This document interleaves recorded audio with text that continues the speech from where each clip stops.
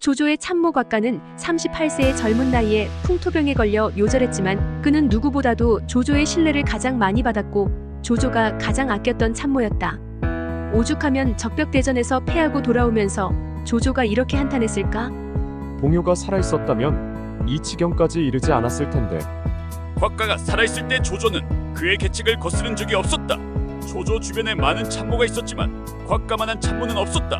곽가가 오래 살았다면 제갈량과의 지략 대결도 흥미진지했을 것이다. 곽가는 조조의 신뢰 속에서 수많은 성공 계책을 내세웠으며 그가 살아있는 동안 조조는 승승장구했다. 곽가가 조조의 절대적 신뢰를 받는 참모가 될 수 있었던 것은 사람을 보는 안목과 정확한 정세 판단이었다. 곽가는 당시 인물 파악을 통해 싸움을 해야 할 때와 물러날 때를 판단했다. 그는 자신이 직접 보지 않았던 인물들까지 정확히 판단하여 그들의 행동과 심리 상태를 통해 전략을 수립하였다. 일례로 조조가 원소와 관도에서 대치하고 있을 때 손책이 허도를 공격하려 한다는 첩보가 들어왔다. 손책이 허도를 공격할 경우 조조는 원소, 손책과 전쟁을 해야 하는 상황이었으며 허도를 잃으면 자신의 집권 기반을 잃어버리는 것이라 매우 위급한 상황이었다. 이에 대신들이 손책의 공격에 대한 방비를 해야 한다 하였지만 곽가는 이렇게 말했다. 손책은 전쟁을 치르는 과정에서 사람들을 많이 죽였습니다. 그리고 지금 자만에 빠져 자신을 대적할 인물이 없다고 생각하여 경비를 소홀히 하고 있습니다. 적이 많다는 것은 언제나 암살 위험에 노출되어 있다는 것이므로 이는 곧 손책의 운명이 머지않았음을 나타내는 징표이므로 굳이 두려워할 필요는 없습니다. 결과적으로 손책이 허공을 죽였는데 허공의 식객에 의해 손책은 암살당했다. 곽가는 손책을 본 적이 없었지만 그의 행동을 통해 미래를 예측했던 것이다. 이런 곽가가 자신의 리더인 조조에 대해 모를 리 만무하다. 곽가는 조조에게 계책을 내놓을 때 그가 무엇을 걱정하는지 알고 있었으며 이를 해결할 수 있는 방법까지 제시함으로써 리더를 편안하게 했다. 조조의 말이 그것을 증명한다.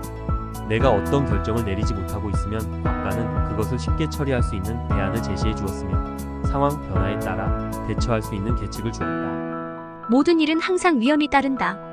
그래서 어떤 조직에서든지 계획을 세울 때 위기 상황에 대한 대비책까지 마련한다.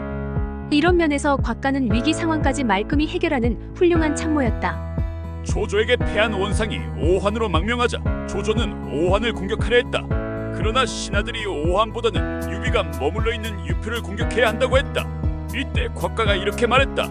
유표는 의심 많은 인물이며 심신이 유약한 사람입니다. 유비를 식객으로 데리고 있지만 그를 중용하지 않을 겁니다. 하지만 원상이 과거 원소의 무리들을 교합하여 오한족과 함께 우리를 공격해 온다면 그를 막기 쉽지 않을 것이니 이참에 미리 공격해야 합니다. 조조는 곽가의 말을 들어 오한을 공격하였으며 유표는 허도를 공격하지 않았다. 그러나 안타깝게도 오한 정벌 후 돌아오는 길에 곽가는 풍토병에 걸려 죽었다. 비록 짧은 인생을 살았지만 그가 조조에게 남긴 인상은 매우 깊었다. 조조의 말이 진실인지는 모르지만 그는 대신들에게 이렇게 말했다. 전란이 끝나고 평화로운 시기가 오면 후사를 곽가에게 맡기려 했다. 그만큼 조조에게 곽가는 신뢰하고 아꼈던 인물이고 뛰어난 참모였다. 비록 짧은 인생을 살다가서 그 후대의 삶이 어떠했을지는 알 수 없으나 곽가는 참모로서 자신의 이상을 조조를 통해 실현해 나간 인물이었다. 시청해주셔서 감사합니다. 구독, 좋아요는 다음 영상 제작에 큰 힘이 됩니다.